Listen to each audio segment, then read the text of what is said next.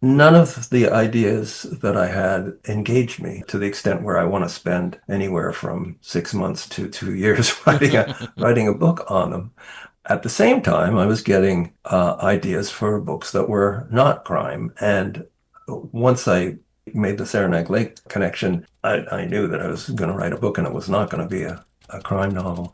And the way I like to put it is that the muse of murder no longer speaks to me. From NCPR, welcome to Northwards. People, ideas, and conversations from and about Northern New York, Vermont, and beyond. I'm Mitch Teich. Support for the Northwards podcast comes from the J.C. Steiniger and M.E. McDonald Charitable Fund at Adirondack Community Foundation in support of the Adirondack Community Foundation, building stronger Adirondack communities. All work and no play makes Ethan. No beer, no TV, make Homer go something. Go crazy? Don't mind if I do. At the risk of going all red rum on you, yes. Here, Ethan Shanty is the producer on Northwards, and he joins us before our interview proper to talk about whatever we decide to talk about. And I'm going to tell you a little bit about my wedding for reasons that will be completely unclear until we get fairly far along in the process. Today I'm learning a lot about your wife, Gretchen. I learned earlier that she's from Minnesota and will slip into her Minnesota accent when speaking to old friends. Yes, which I'm at super least old eager friends to from hear. Minnesota. Well, old friends from Minnesota, right? Did your wedding take place in Minnesota? No, it took place in Arizona. Okay. And less actually, fun accent. That is where our story opens. Okay, tell me. Because we come from different faith traditions, if you will. Okay, right. So together we make one Juthran couple. Is that the technical term? Anyway, Louis. Neither one of us is especially faith-based, if you will. But you grew up in the tradition. Yes, grew up in the tradition. And when we decided to get married around the turn of the century, which is a weird thing to say, turn of the century, it makes it seem like. But still true. Yeah, it is true. We kind of cast around for who would conduct the ceremony. And it seemed, we looked around and there were no Jewish rabbis in the entire state of Arizona that would co-convene. Is that the right word? Co-officiate right. A ceremony with somebody from a different faith tradition, or at least none that we could find in the year 2000. Seems a little stuffy to have that. Yeah. Draw that hard line in the sand, but okay, whatever. And frankly, neither one of us was in a position where we thought that our faith should trump the other person's faith because it just didn't seem like us. So we ended up seeking out the Unitarian minister in Flagstaff where we were living, and he was actually well, and you'll appreciate this story now that I think of it. He was an interim Unitarian minister, having taken over for, I don't really remember what the issue with the previous one. The previous one might have just left. Either way, he's the guy that you found. He's the guy that we found, the interim minister, who was this really kind of. He was the kind of person that you would love to. He was an older man, and he was very much an old school Unitarian, which meant that he was just really into the big metaphysical questions about the world. There's that old joke that if you really want to get a Unitarian's goat, you burn a question mark on their lawn. So he wasn't overly concerned with following every word and line of the Bible. No, because the Unitarians are really, at least in this part of the Unitarian tradition, it was really about trying to figure out the answer to life's big mysteries. Or whatever. Why are we here, etc. Right. Why should we be nice to each other? And we should. And he was also really game to let us kind of design our own ceremony. And cool. It was he was a really good guy. He made sure we met with him several times, so he was sure that we had kind of realistic expectations going into marriage. And at one point, he let it slip, and I don't remember whether this was because we started going to the Unitarian Fellowship because it seemed to make sense if he was going to be the person that married us. Yeah. So I can't remember whether it was in a service on a Sunday or just in the course of getting to know the guy, but it somehow came out that his father had been on the Lusitania when kidding. it was sunk. Whoa. Yeah. And I kind of, it was like one of those little factoids that I put away in the back of my memory and didn't do anything with for a long time. And come to find out some years later that his father was actually the person he was like a rare book dealer. Okay. And had been on his way from New York to London to pick up a supply or go, bring back some rare books. And he actually wrote a book himself about his experience as the Lusitania was sunk. Oh, wow. Which is the only published account of, there are other people who were interviewed about it, but this is the only first-hand account written as a book, exactly. Yeah, cool. And he turns out to be the guy's dad turns out to have been a longtime well-known owner of what became a chain of bookstores in New England. The guy passed away in the 30s, I guess, but the other interesting thing I figured out just in recent days as I went back to kind of confirm some of these details is that the minister who married us actually went to the same high school as my mom. Oh my God. Some years before. I found a picture of him performing in I don't know whether it was the spring or fall play at Brookline High School in Brookline, Massachusetts. Oh my God. There's a picture of him in the Boston Globe from 1937 in this play. We truly are just circling one another, barely avoiding each other. Isn't that so strange? It is bizarre. The bizarre set of circumstances that led this guy to you or you to him. Yeah. So the reason I started thinking about this again is that the interview on today's show. Do you have any? I should ask before we get to this point. Do you have any Lusitania stories? Not any that I'm comfortable sharing. All right. They are titanic in nature. Wow. Thank you. The reason I'm bringing this up is because the person that we interviewed this week, Canadian writer named Giles Blunt, is the author of a new book, just came out in the United States. It's been out for a couple of weeks in Canada, actually. The Giles Blunt was the original name of the Luisitania, actually. Right. No, the book is called Bad Juliet, and it is at its heart a love story set in Saranac Lake in 1915. Another book about this region? Another book about this region set in the Cure cottages or around the Cure cottages. Okay, cool, yeah. There's a lot of that going around, too. I saw a play not too long ago that was about the Cure cottages. Anyway, go on. Well, and it turns out that there's another book about there are two other books about tuberculosis that have also recently just come out. But this one is it's fiction, but it has one character who is based on a very real person who survived the sinking of the Lusitania only to come down with tuberculosis and go to Saranac Lake. You'll hear something about this person in the interview that follows. But in chatting with Giles Blunt, I come to find out that most of the details that he was able to write about involving the sinking of the Lusitania came from this book. From the book that was written by the bookseller who had been on board when the ship sunk in 1915. So how many degrees of Kevin Bacon does that put you away from Giles? And how many It causes degrees... my brain to swim a little bit, honestly. And how many degrees from Giles to Kevin Bacon himself? Probably not that many, because Giles Blunt is a well-known author in Canada of crime fiction, and a number of his books have been, or I guess he's also been a screenwriter on some crime series. You know what I'm going to do right now? You're going to Google Giles Blunt and find out how many degrees from Kevin Bacon he actually is. Yes, how many degrees away?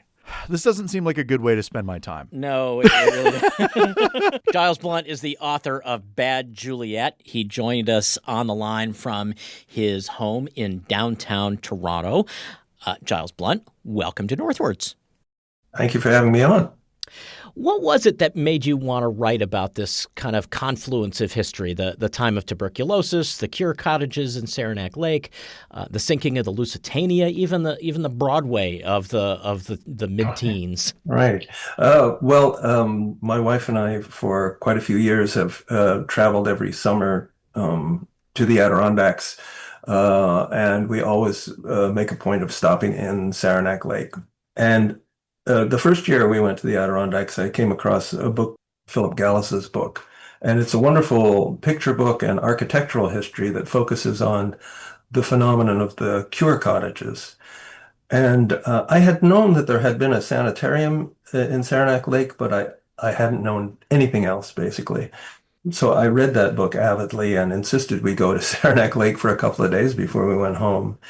And ever since then, I've just been in love with the place. I just ate up the history. I just loved it.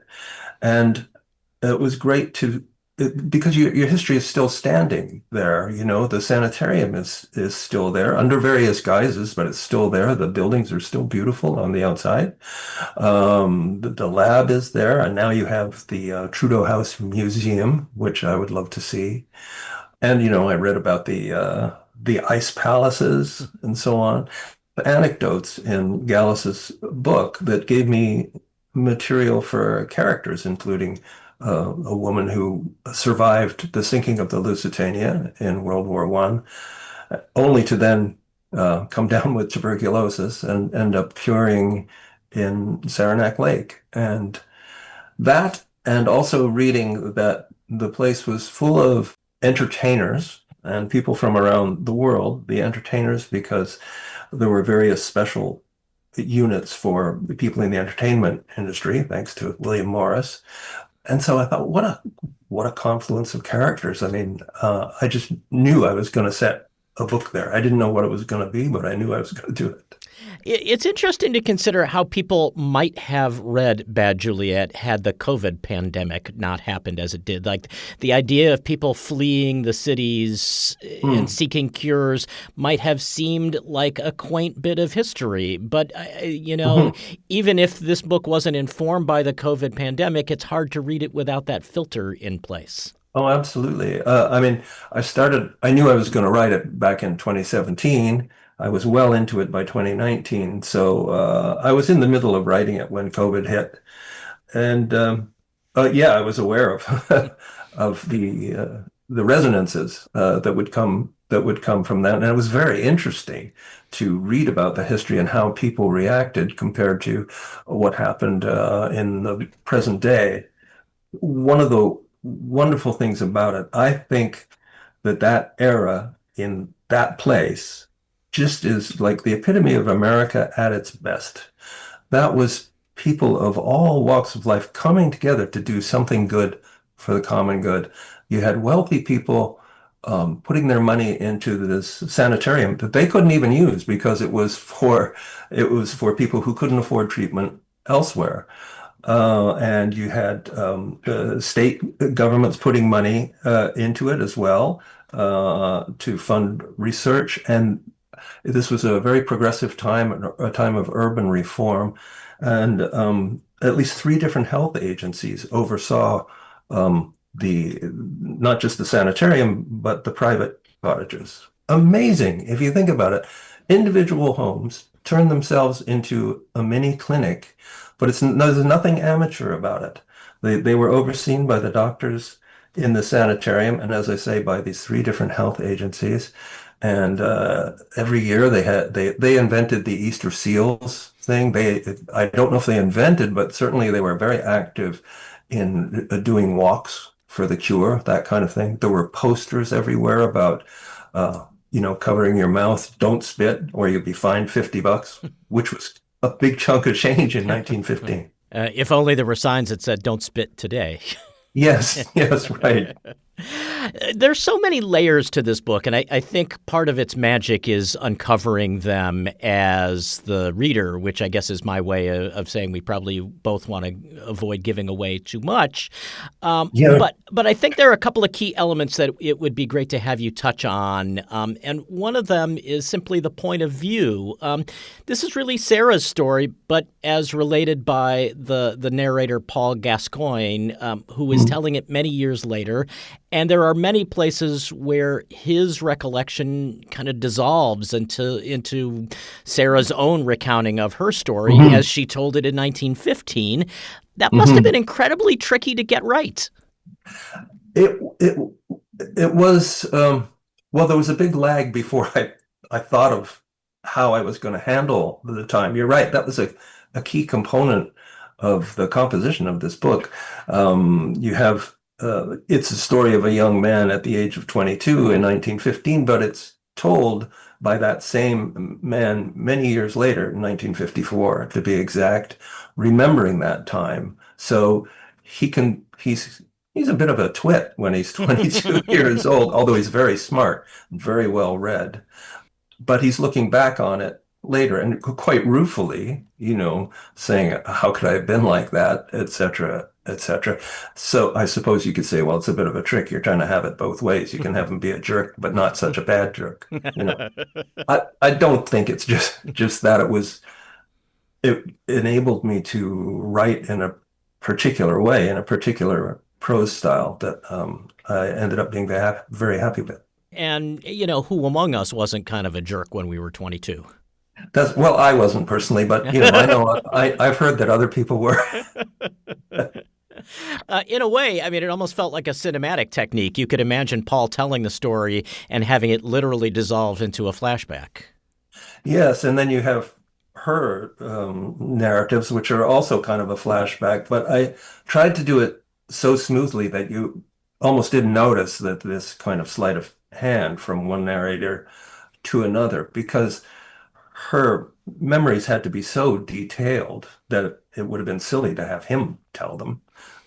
So she's talking to him, but under his instruction, he's her tutor for English literature. She's writing a memoir about certain events in her past, including the Lusitania sinking. And of course, that enables her to go into much more detail. Yeah, so maybe let's take a little step back, and could you explain what Paul is doing in Saranac Lake in the first place? Yeah, at first I thought, it was Sarah's story, but then I had to think of, well, who's going to tell it? And it ended up, I think it's more or equally Paul's story. And he's a young man, as I say, 22. He's recently been jilted, not quite at the altar, but in a very hurtful way, very painful way. And he's also he had an excellent job as a lecturer at Columbia University in English literature. It was a brand new pursuit at that time, but he lost the job in a fit of pique because he wasn't granted tenure just 1 year after he started. So a friend of his who knows one of the doctors in Saranac Lake manages to find him a job offer as tutor to the patients. The many historians of Saranac Lake know that one of the wonderful things the sanitarium did was organize the Arts and Crafts Guild, because the patients were there for years, many times, quite often. The minimum would be 3 months, but 3 years was not uncommon, and there were patients who stayed more than 10 years. That's a long time to lie in bed. And so they arranged for them to have tutors, instructions in various things, from telegraph operation to bookbinding to painting. But then they branched out into languages and into literature, and that's where Paul came in. He goes from cure cottage to cure cottage, teaching people about English literature, opening their eyes and hearts and ears to poetry and fiction. And that's not quite how he meets Sarah, but that's how their relationship develops. And easy to forget, having just all lived through COVID, that this was this was a time before people could binge watch their way through boredom, if you will. Yes, yeah. People, it's hard for us to imagine how much people loved books back then. Ordinary people, assuming they had enough school to read fluently, read big fat novels. You know, a novel like An American Tragedy was a huge hit. I think it's about 800 pages, that book, also set in Saranac Lake. And people would read that kind of book in the blink of an eye. So yeah, he was providing a very valuable service to people who basically reading and writing were the things they could do most easily, the patients. So it's tricky in talking about this book to not give the impression that it's a medical book or a history book. It's neither. That the medicine is the milieu, Saranac Lake is the setting, but it's a love story of a young man who has to, if he's going to ever love anybody, he has to become a better man, I guess. We should reassure people that this book is also not 800 pages. No, no. It is, however, full of literary allusions, not the least of which is the title of the book. And there were more than a few times in reading it where I kind of wanted an annotated edition just to dig a little deeper in the story. I feel like my knowledge of the classics might come up a little short here, but I think you've gone some way in just the last couple minutes to reassuring us that you also don't need a degree in English literature to appreciate what is at its heart a love story. Yes. In fact, I will say, the book's been out for 2 or 3 weeks here in Canada, and the responses I'm getting from people they're quite different from how they've responded to earlier books. Usually people say, I get an email saying, I read it in one night, or I read it in 2 sittings, or whatever, loved the plot, all of that. This one, people send me emails when they've read 10 or 20 or 50 pages, and they go, I just love this. I love this. They're hooked up. For some reason, the storytelling has really grabbed them in this book. And I love that. I love that because I wanted it to be, I've left crime fiction, but I wanted to keep that gotta read another page feeling. And it seems to have happened with this book, so I'm happy about that. Was that a conscious decision to leave crime fiction? Oh, yeah. Yeah. Well, eventually, I should say eventually. No, not at all. At first, no. I thought, well, I'm going to write another crime novel. And I always had, all writers do this. They keep a list of ideas, novel ideas. But I had used the best ones, what I thought were the best ones. And so I got a stack, about a dozen true crime books, classic ones and more recent. Read them all, and lots of them were full of great stuff for crime novels. But it's one thing to have the idea, but the idea has to engage you. And none of the ideas that I had engaged me to the extent where I want to spend anywhere from 6 months to 2 years writing a book on them. At the same time, I was getting ideas for books that were not crime. And once I made the Saranac Lake connection, I knew that I was going to write a book, and it was not going to be a crime novel. And but it wouldn't be right to say I sort of consciously abandoned it. It was more like it abandoned me. The way I like to put it is that the muse of murder no longer speaks to me. We do get a pretty gripping account of the sinking of the Luisitania. For people who might have their history might have left them, this was an ocean liner going from New York to London in World War I, sunk by a German U-boat. Obviously, you can still walk around the living history of Saranac Lake today, but where did you turn to make your eyewitness account of the Luisitania sinking feel so real? Well, there's lots of accounts of it. There's 2 big fat books about it. One of them quite recent by Eric Larson. They're both excellent and very compelling, but both of them and all of the accounts are based on a very slim account that was written by a guy who was on the Luisitania. He was a a rare book salesman. He was traveling to London to buy and sell books. And he says exactly what happened to him, what he saw, and it's just terrifying. I mean, the Titanic had happened 3 years previously, and so everybody was already afraid of boats sinking. But the Titanic went down in a little over 2 hours, and that was time for rescue boats to eventually get there and save a lot of people. The Lusitania went down in 18 minutes.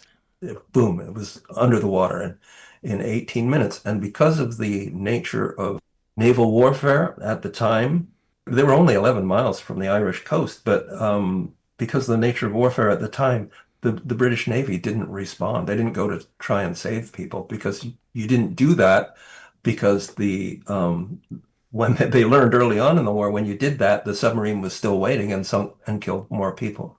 So that was a very rough sinking, Yeah, for sure. yeah. Well, and as you said, the character of Sarah is based on a woman who really did survive the sinking, only to come down with tuberculosis. Yes, Not she too was a long later. Canadian woman, actually, who lived in Toronto, and her husband. There were a lot of Canadians on the Lusitania. It was a British ship. Britain and Canada were at war. The U.S. wasn't yet. And her husband was going to England to accept a commission in the British Army. They were wealthy people. They'd been on the Lusitania before, and they'd been on the other great liners as well. Well, I can't say you mentioned before. You have to watch what you give away with this book. It's funny because it's even more so than my crime novels because in the crime novels, I tell people who the killer is probably by page 100, and the suspense comes from, well, how are they going to get him? What's he going to do next? In this book, there are surprises and there are suspenseful things that I'd love to talk about, but only after you've read the book because I don't want to spoil the surprise or the suspense. Yeah, yeah. Is it at all, I don't know, awkward being a Canadian writer with an American set novel at this moment in time? I wish it was not awkward at all, but it is a little bit, and that's why one of the first things I say certainly when I'm interviewed here, because writers here are very elbows up, is because it does. I lived in the United States for over 20 years in New York City, and and my wife is American. We have as much affection for the United States as most Americans would have. Um, so I tell them that this is a story of America at its best, and we all love that America, and we all hope the United States gets back to that again. Do you view the real Saranac Lake any differently today, having spent so much time in a real but fictionalized version of the village in your head over these past few years? Um, That's a good question. I guess I do see the two things. Certainly over the past 5 years, I've been seeing, I'm walking around in the past when I'm there. Um, and I still do that to some extent, but not I'm sure that will fade. When you get extremely involved in a novel, it stays with you for quite a while after, especially when you're still talking to people about it. So Yeah, I mean, one could forgive you for being in Saranac Lake and expecting to run into Paul or yeah, Jasper or any of the yeah. characters who inhabit this novel.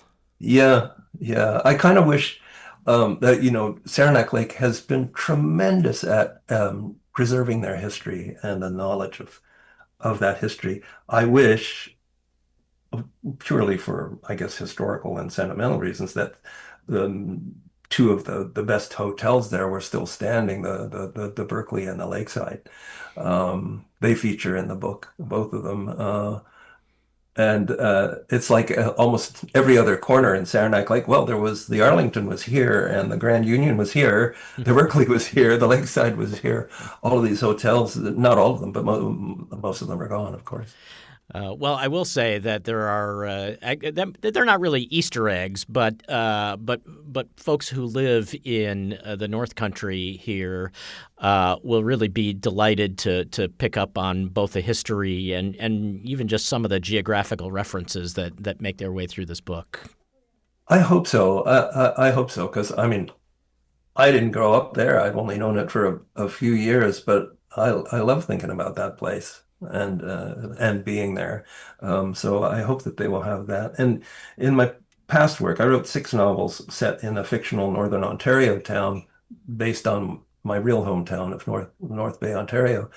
And I had totally underestimated how much people love to see their own play fiction, even if you don't follow it exactly, because you always have to change some things.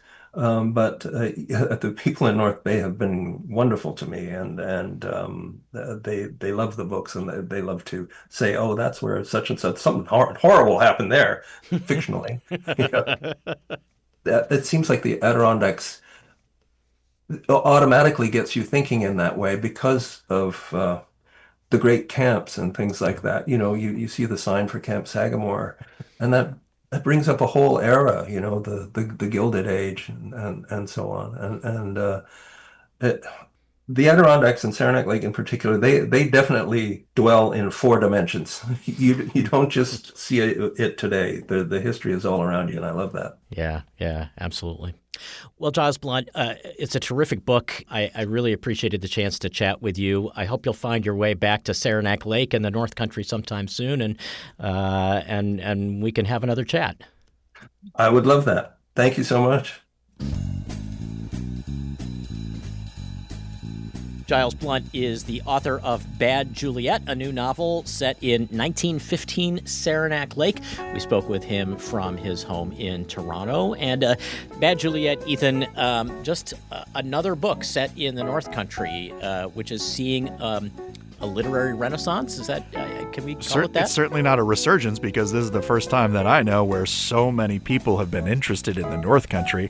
We've had What Happened to the McCraes, which was set in Potsdam, God of the Woods, which is set in the Adirondacks, this one, which is set in Saranac Lake. The Damagers, Rob Benvie, which is also set in the Southern Adirondacks. Kind of the Central Adirondack. I mean, it's a fictitious place, but but we gather it's like not far, somewhere in that kind of weird space between the Adirondacks and the Tug Hill Plateau, I think. And I think it's up to one of us to write the next great Northern New York mystery, but it's set in a public radio station. Not this public radio station, it'd be set in NPCR. Yes, North Pirates, CR. Community radio. Community radio, exactly. And in fact, I don't want to give too much away here. Spoiler alert, but a few weeks from now, we'll have another interview with another author of another novel. This is a crime novel. Really? That's actually set in the North Country. What community is it made up? It is the fictitious town of North Chazy. But that's kind of real. Is there actually a North Chazy? I mean, it's supposed to be just north of Chazy Lake, but I got no quips for it. You'll just have to stay tuned, Ethan. Plus, stay tuned for the closing credits, brought to you by Ethan Shanty. I thought you were going to say by Menon. You didn't. I didn't. Northwards is an NCPR podcast production. The show is written, produced, and edited by Mitch Dyke with digital production supervision by me. I'm Ethan Shanty. Doyle Dean is our production manager. Bill Hanel is our director of digital services, and Caitlin Kelly handles our social media. To hear more conversations and to support the show, visit ncpr.org/northwards. This is NCPR, North Country Public Radio. And the closing credits are actually brought to us by Tim Hortons.